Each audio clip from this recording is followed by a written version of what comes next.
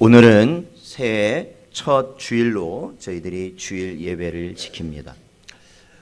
제가 송구 영신 예배 때도 말씀을 드렸지만 올 한 해는 저희가 반드시 하나님의 말씀을 사모하며 저희들이 일독을 하는 것에 힘쓰자. 말씀을 읽는 것에 힘쓰자. 우리가 말씀이 우리 안에 없으면 결국 우리 안에 남는 것은 고집밖에 없다라는 것이죠. 말씀이 없으면 고집밖에 없다. 자, 한번 따라해 보겠습니다. 말씀이 없으면 고집밖에 없다. 말씀이 없으면 우리 안에는 고집밖에 없게 됩니다. 사랑하는 성도 여러분, 오늘도 이 주신 말씀을 통해서 우리의 고집스러운 삶이 무너질 수 있기를 축원드립니다. 그래서 하나님이 원하시는 그러한 말씀에 합당한 삶을 저와 여러분이 살아가기를 원합니다. 자, 우리 옆에 있는 분들과 이렇게 고백하겠습니다. 하나님의 말씀을 읽읍시다. 네. 뒤에 있는 분도 한번 보시고, 자, 옆에 있는 분도 한번 보시고, 그렇죠? 네. 자, 우리 누가복음 8장 21절 말씀을 읽어보겠습니다. 누가복음 8장 21절 말씀 읽어보겠습니다. 시작. 예수께서 대답하여 이르시되 내 어머니와 내 동생들은 곧 하나님의 말씀을 듣고 행하는 이 사람들이라 하시니라. 아멘. 사랑하는 성도 여러분, 우리가 하나님 앞에, 하나님 말씀 앞에 세워진다는 것은 어떤 의미일까요? 이 목사라는 직분은 사실은 말씀과 너무나도 가까이 있을 수밖에 없는 필연적인 그러한 직분임에도 불구하고 어느 순간 이것이 직업적인 의미로 그 목사라는 그 모든 사역이 의미가 되어지기 시작하면 이제는 더 이상 그 말씀을 통한 은혜가 아무리 목사라도 없는 겁니다.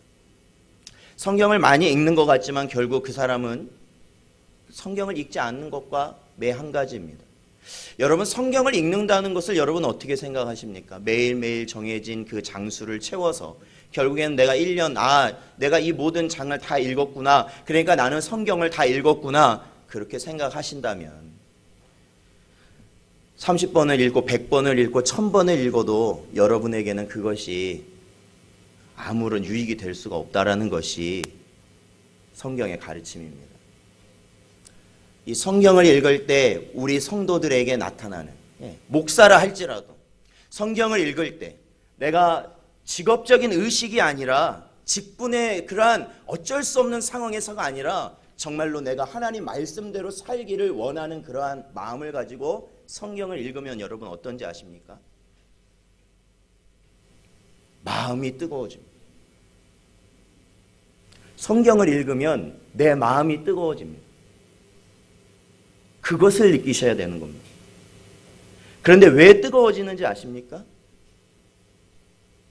내가 지금까지 살았던 나의 고집스러운 모습이 발견되기 때문에 내 마음이 뜨거워집니다. 그리고 어떻게 된지 아십니까? 기도하지 않을 수가 없게 되는 것. 그것이 바로 우리가 말씀을 읽는 겁니다. 사랑하는 성도 여러분, 우리가 하나님의 말씀을 대하고 읽는 우리의 자세를 이제는 새롭게 하셔야 됩니다.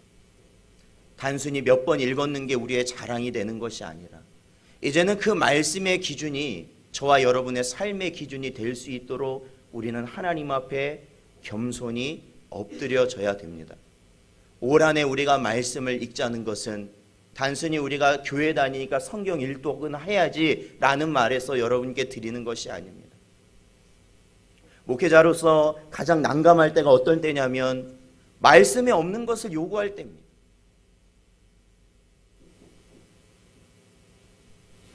말씀에 없는 걸 자꾸 요구해요.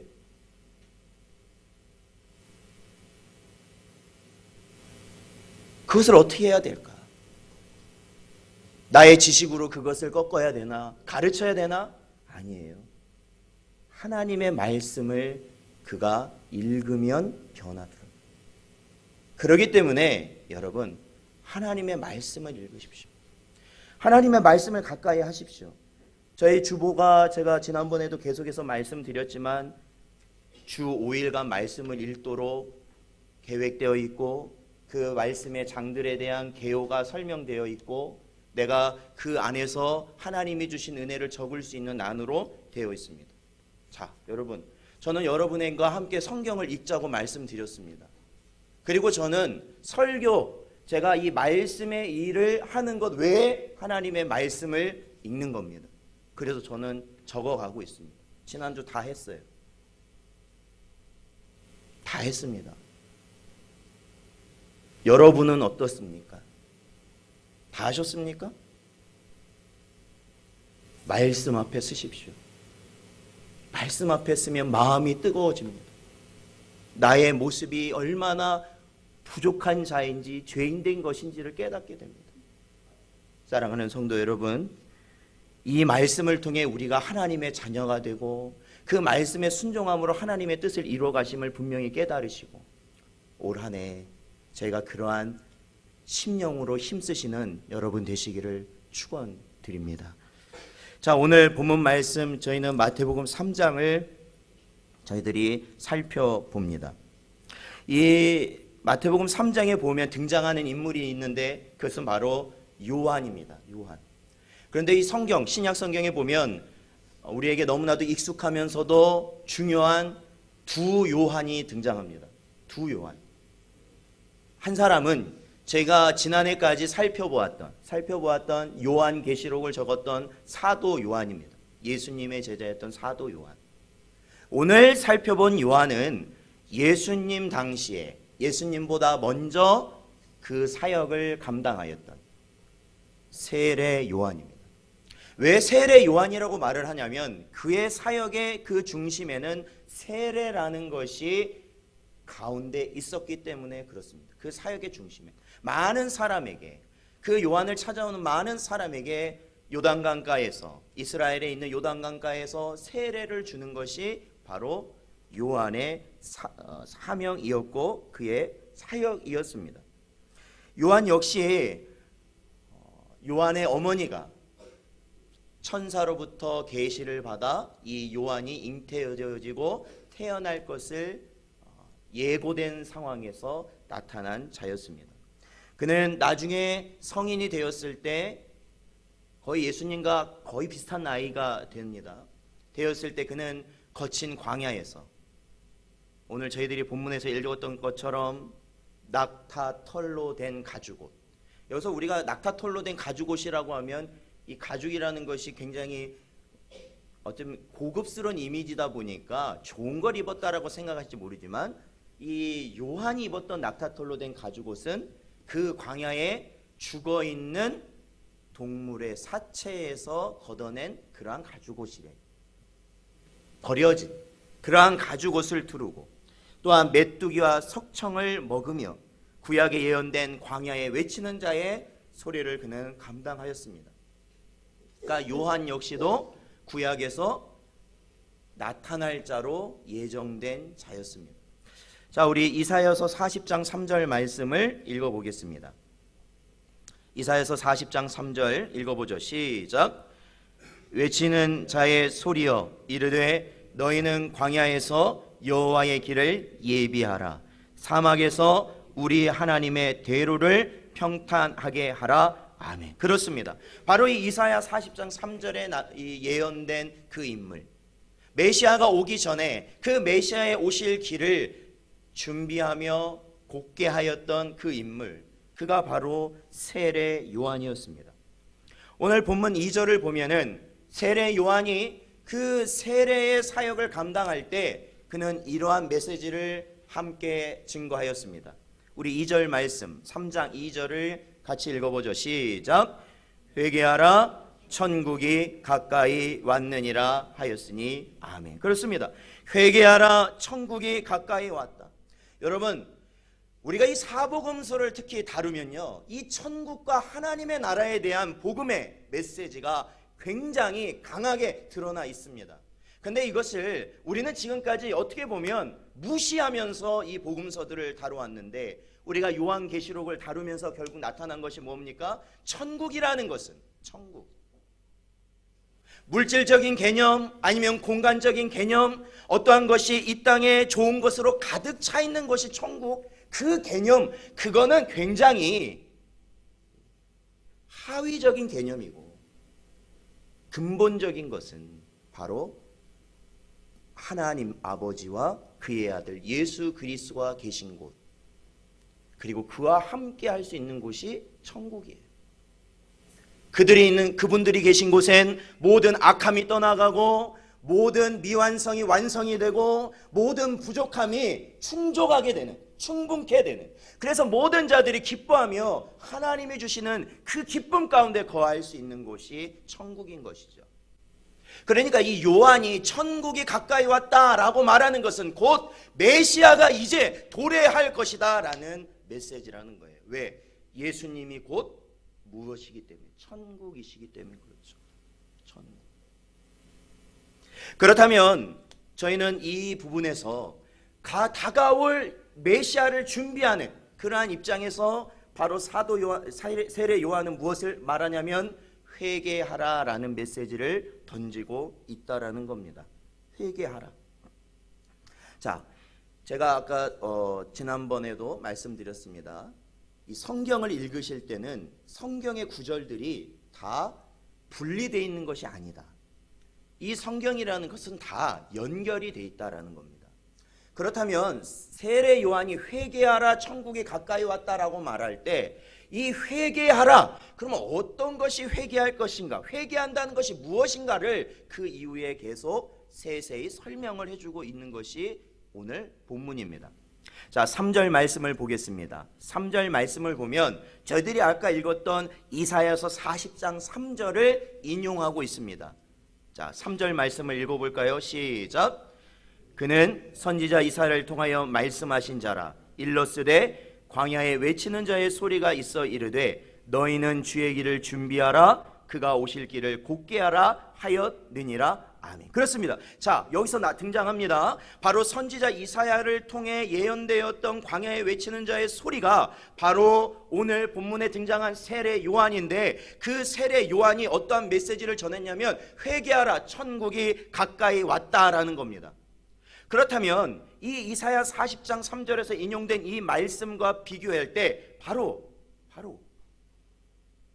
너희는 주의 길을 준비하라, 그가 오실 길을 곧게 하라 라는 이 메시지가 주님이 오실 것을 준비하고 그 주님이 오실 길을 곧게 하는 것, 그것이 무엇이냐? 회개하는 것이다. 아시겠습니까? 다시 한번 말씀드립니다. 회개하라의 회개는 주님의 오실 길을 준비하고 그 길을 곧게 하는 것이다. 여러분, 여기서 곧게 한다라는 것은 길이, 여러분 보십시오.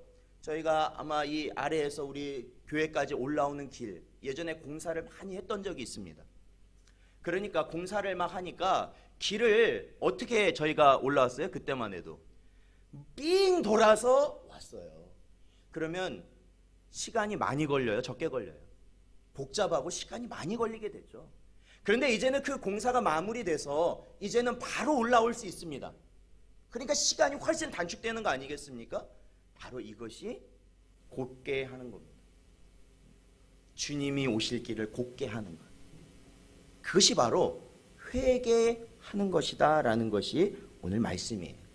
자, 그렇다면은 오늘 이 요한이요 계속해서 이 메시지를 전함에 있어서, 그렇다면은 회개라는 것, 즉 요한이 지금 주변에 있는 사람들에게, 우리에게 말하고 있는 이 회개라는 것이 무엇이냐? 회개라는 것, 어떻게 하는 것이 회개라는 것이냐 도대체? 그것을 설명하고 있습니다. 그것은 바로 저희들이 그 본문을 계속해서 보면 8절에 보니까 그러므로 회개에 합당한 열매를 맺고 라고 요한은 설명하고 있습니다. 즉 회개라는 것은, 즉 주님이 오실 길, 주님이 오실 길을 준비하고 그 길을 곧게 하는 것은 바로 합당한 열매를 맺히는 회개다라는 것이죠. 합당한 열매. 그렇다면 제가 여러분에게 한번 여쭤보겠습니다. 회개를 통한, 합당한 열매가 있는 회개란 여러분 뭘까요? 여기서 말하는 합당한 열매라는 게 뭐겠습니까? 자, 여기서 저희가 조금 이해해야 될 것은 요한의 세례가 오늘날 저희들이 성례식 때 드리는 세례와는 의미가 조금 다릅니다. 조금 달라요. 자, 여기서 합당한 열매에 대해서 요한은 어떻게 설명하느냐? 누가복음 3장 10절에서 14절 말씀을 한번 보겠습니다. 누가복음 3장 10절에서 14절. 자, 같이 읽어보겠습니다. 시작. 무리가 물어 이르되 그러면 우리가 무엇을 하리이까? 대답하여 이르되 옷 2벌 있는 자는 옷 없는 자에게 나눠줄 것이요 먹을 것이 있는 자도 그렇게 할 것이니라 하고 세리들도 세례를 받고자 하여 와서 이르되 선생이여 우리는 무엇을 하리이까 하매 이르되 부가된 것 외에는 거두지 말라 하고 군인들도 물어 이르되 우리는 무엇을 하리이까 하매 이르되 사람에게서 강탈하지 말며 거짓으로 고발하지 말고 받는 급료를 족한 줄로 알라 하니라. 아멘. 그렇습니다. 요한은 그 합당한 열매를 추상적으로 설명하지 않았습니다. 아주 현실적으로 내 삶 가운데서 이루는 것이 합당한 열매라고 설명합니다. 그것은 상황적, 그러니까 내가 처해 있는 상황, 아니면 관례적, 여태까지 해왔던 그러한 관례상, 아니면 습관적, 그냥 내가 부지중에도 일으킬 수 있는 습관 가운데 있는 모든 잘못들을 버리는 것이다. 버리는 것. 그것들을 끊어내야 된다라는 겁니다. 그것들을 끊어내야 된다. 그게 합당한 열매를 맺는 것이라는 것이죠. 사랑하는 성도 여러분, 우리가 교회 안에서 아니면 가정 안에서 아니면 직장과 아니면 우리가 다니는 학교와 내 삶의 모든 반경, 내가 살아가는 모든 그 가운데서 무관심, 나의 무관심과 아니면은 알면서도 암묵적으로 지금까지 해왔으니까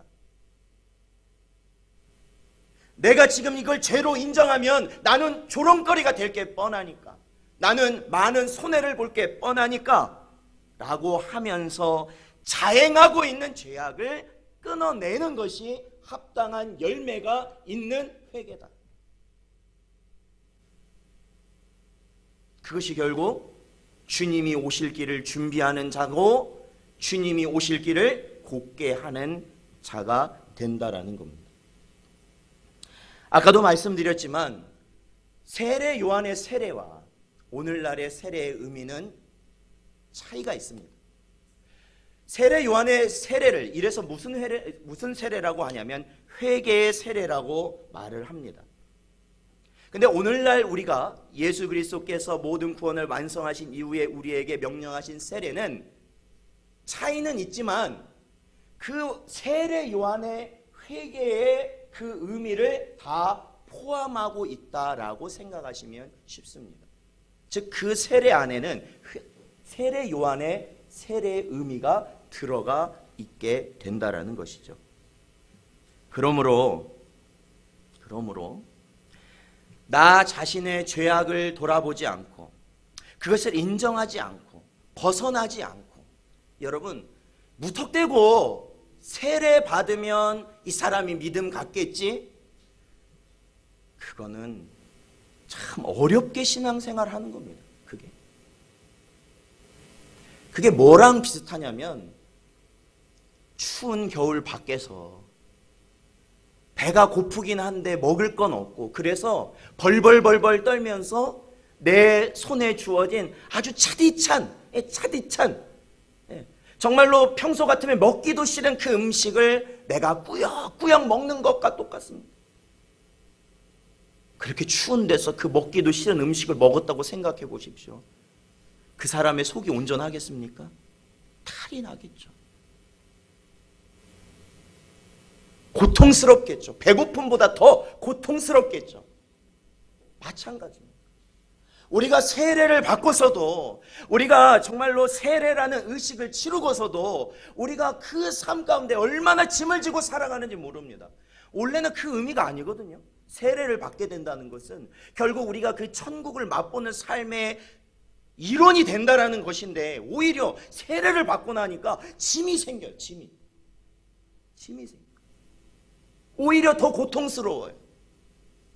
그것은 바로 이 요한이 의미하는 세례의 의미를 우리가 망각하고 있기 때문에 그렇습니다. 나의 죄를 끊어내지 않고서 어떻게 그것이 기쁨으로써 주님의 일들을 감당할 수 있겠습니까? 자, 그런데 오늘 본문을 보면, 이 3장을 보면요, 이 세례 요한이 요단강가에서 세례를 주는 장면과 함께 또 하나의 장면이 등장하는데, 이거는 참으로 놀라운 장면입니다. 참으로 놀라운 장면이에요. 어떤 장면이냐? 그것은 바로 13절부터 등장하는 메시아이신, 참 하나님이신 바로 예수님께서 세례 요한에게 와서 세례를 받기를 청하신다는 점입니다. 하나님이 사람에게 세례를 받기를 청하신다라는 거예요. 여러분은 이 본문을 어떻게 보십니까? 왜 예수님은 세례 요한에게 받으셔야 되죠? 사실은 아까도 말씀드렸지만 회개할 때 있는 죄인만 받는 것이에요. 죄인에게 필요한 것이 이 회개의 세례인 거예요. 그런데 예수님은 그 세례를 받고자 요한에게 나왔어요. 요한은 그렇게 나온 예수님을 어떻게 하냐면, 아유 예수님, 오히려 제가 예수님한테 세례를 받아야지 왜 예수님이 제게 와서 세례를 받으시려고 합니까? 라고 반문합니다. 그건 절대 있을 수 없는 일입니다. 절대 있을 수 없어요. 우리가 생각해도 마찬가지예요. 왜 그러죠? 그것은 우리가 읽었던 본문의 예수님의 말씀을 통해서 우리는 그 답을 찾아야 됩니다. 자, 15절 말씀, 마태복음 3장 15절 같이 읽어보겠습니다. 시작. 예수께서 대답하여 이르시되 이제 허락하라. 우리가 이와 같이 하여 모든 의를 이루는 것이 합당하니라 하시니 이에 요한이 허락하는지라. 아멘. 저는 이 본문이 아주 짧게 되어 있기 때문에 그냥 요한이 한 번 물어보고 그냥 요한이 아예 안 됩니다 이렇게 한 번 하고 예수님이 하라 했으니까 그냥 받은 게 아닐 겁니다. 극구 저는 할 수 없습니다라고 극구 사양했지만 결국에는 예수님의 이 한마디에 그는 순복할 수밖에 없었다라는 것이죠. 그게 뭐냐? 바로 이와 같이 하는 것, 즉 세례 요한을 통해 예수님이 세례를 받는 것이 모든 의를 이루는 것이다 라는 겁니다. 모든 의를 이루는 것이다. 그게 중요한 거예요. 모든 의를 이루는 것이다. 그랬을 때 요한은 아무 말 없이 예수님의 말씀에 순종할 수밖에 없었다라는 것이죠. 그렇다면 이 모든 의가 어떠한 의미를 갖고 있느냐? 성경에서 말하는 의, 특히 예수님께서 말씀하시는 그 의라는 것은 바로 하나님이 원하시는 것이라는 겁니다. 하나님이 원하시는 것. 하나님이 원하시는 것. 그의 나라와 무엇을 구하라고요? 여러분 기도하실 때? 그의 의를 구하라. 그게 뭐예요? 하나님이 원하시는 것을 구하라는 거예요. 다른 거에 염려하지 말고 하나님이 원하시는 걸 구하라. 예수님께서 말씀하신 모든 의를 이루는 것은 결국 하나님 아버지께서 요한 너의 손을 통해서 내가 세례 받는 것을 원하신다. 그것을 계획하신 분이 아버지시다라는 의미죠. 그랬을 때 요한은 그것을 받아들일 수밖에 없었다라는 거예요. 받아들일 수밖에 없었다. 그래서 결국 요한은 예수님에게 세례를 베풀게 됩니다. 베풀게 돼요. 여러분, 왜 예수님은 세례를 받으셨을까? 왜 예수님은 죄인만 받는 이 세례를 받으셔야 될까? 우리는 분명히 알지 않습니까? 예수님께서는 죄가 없으신 분이잖아요. 그렇죠? 이 땅에 우리를 위해 오셨지만, 사람의 몸으로 오셨지만 예수님께서는 참 하나님이시면서 이 땅에 동정녀 마리아에게 성령의 역사로 잉태하여 태어나신 분으로 무죄하신 분이 예수님이신데 왜 그 세례를 받으셔야 됐을까? 그에 대한 의미는 바로 예수라는 그 이름의 의미입니다. 자, 여러분, 예수, 이 이름의 의미가 뭐라고 말씀드렸습니까? 예수. 뭡니까? 자기 백성을 그들의 죄에서 구원할 자이시다. 다시 한번요. 뭐라고요? 자기 백성을 그들의 죄에서 구원할 자이시다. 여러분, 이거 잊어버리시면 예수 헛믿습니다. 예수 헛믿어요. 자기 백성을 그들의 죄에서 구원하실 자. 야, 이 대표적인, 이 예수라는 이름의 대표적인 사건이 뭡니까? 예수님의 대표적인 사건이 뭐예요? 십자가 아닙니까? 십자가. 그런데 또 하나의 사건이 뭐냐면 회개의 세례를 예수님이 받으시는 사건. 이게 뭐예요? 저는 이 본문을 보면서요, 정말로 마음이 뜨거워지더라고요. 마음이 뜨거워져요. 왜요? 이게 무슨 모습이에요?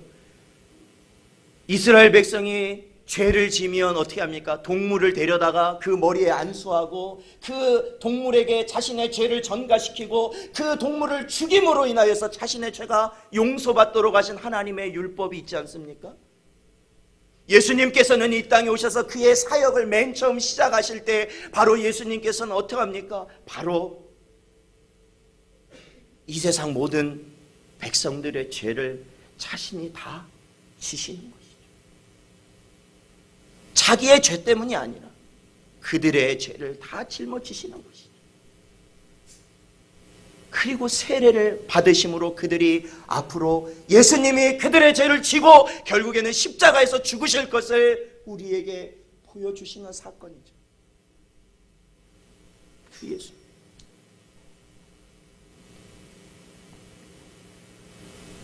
예수님께서는 온전한 회개의 제물이 되신 것이죠. 온전한 회개의 제물. 우리는 할 수 없는 온전한 회개의 제물로 드려질 준비를 하신 것이죠. 예수님께서 세례를 받고 올라오시니까 다른 사람과는 전혀 다른 현상들이 나타나기 시작합니다. 그것은 바로 예수님이 16절에 보니까 예수께서 세례를 받으시고 물에서 올라오실 때 하늘이 열리고 하나님의 성령이 비둘기같이 내려 자기 위에 임하심을 보시더니 기록되어 있습니다. 즉 뭐예요? 세례를 받으시고 올라오니까 하늘이 열리고 하나님의 영이 그 위에 임하셨다라는 것입니다. 이 장면을 보면 분명 이가 평범한 어떤 한 사람이 아니라 바로 하나님의 아들이시고 또한 우리를 위한 구원자 메시아이심을 분명히 보여지는 장면인과 동시에 우리는 물 세례만이 아니라 물 세례 또 하나의 세례를 우리는 여기서 볼 수 있는 것이죠. 어떠한 세례? 물 세례 말고 또 뭐가 있습니까? 성령 세례라는 것이죠. 성령 세례. 우리가 집례할 때 하는 성례식 때 하는 세례는 바로 이 두 가지 개념을 다 가지고 있는 세례가 오늘날의 세례입니다. 성령 세례. 요한은 말을 해요. 자, 마태복음 3장 11절 말씀을 같이 읽어보기로. 마태복음 3장 11절 읽겠습니다. 시작. 나는 너희로 회개하게 하기 위하여 물로 세례를 베풀거니와 내 뒤에 오시는 이는 나보다 능력이 많으시니 나는 그의 신을 들기도 감당하지 못하겠노라. 그는 성령과 불로 너희에게 세례를 베푸실 것이요. 아멘. 그렇습니다. 무엇과 무엇으로 우리에게 세례를 베푸신다고요? 성령과 불로. 이건 성령과 불로도 볼 수 있고 성령의 불로도 볼 수 있어요. 불로 임하신 성령으로도 볼 수 있어요. 즉 예수님께서 이제 예수님이 그 모든 것을 자신이 짊어지시고 회개의 제물이 되셔서 이제는 그 모든 걸 이루러 하실 때 결국에는 성령 세례에 대한 모습을 우리에게 보이신 것이다라는 것이죠.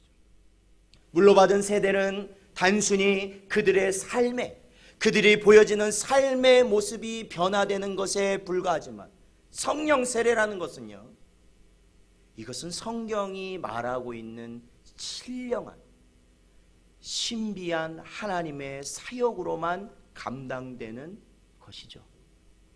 성령 세례가 없으면 그 사람은 절대로 중생하거나 구원의 길을 갈 수 없다라는 것이죠. 눈에 보이는 세례는 보일 수 있는 세례이긴 하지만 이것은 우리의 구원을 자지할 수 없고 오로지 그 이후에 나타나는 우리에게 주어지는 성령 세례로 말미암아 우리는 하나님의 자녀가 된다라는 것이죠. 그래서 오늘 본문 말씀의 17절에 보면 이겁니다. 바로 예수님께서 그 성령이 임하심을 입고 나서 하늘로부터 소리가 있다는 것이에요. 그것은 바로 성부 하나님의 말씀이죠. 성부 하나님께서 어떻게 말씀하십니까? 이는 내 사랑하는 아들이요 내 기뻐하는 자다라고 말씀하십니다.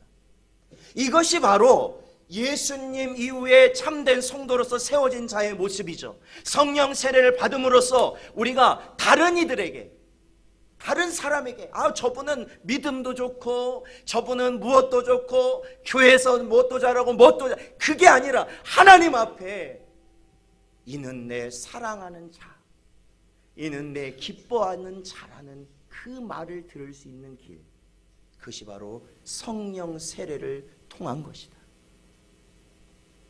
그런데 그 성령 세례는 누구만 주신다고요? 예수께서 우리에게 주시는 것이다.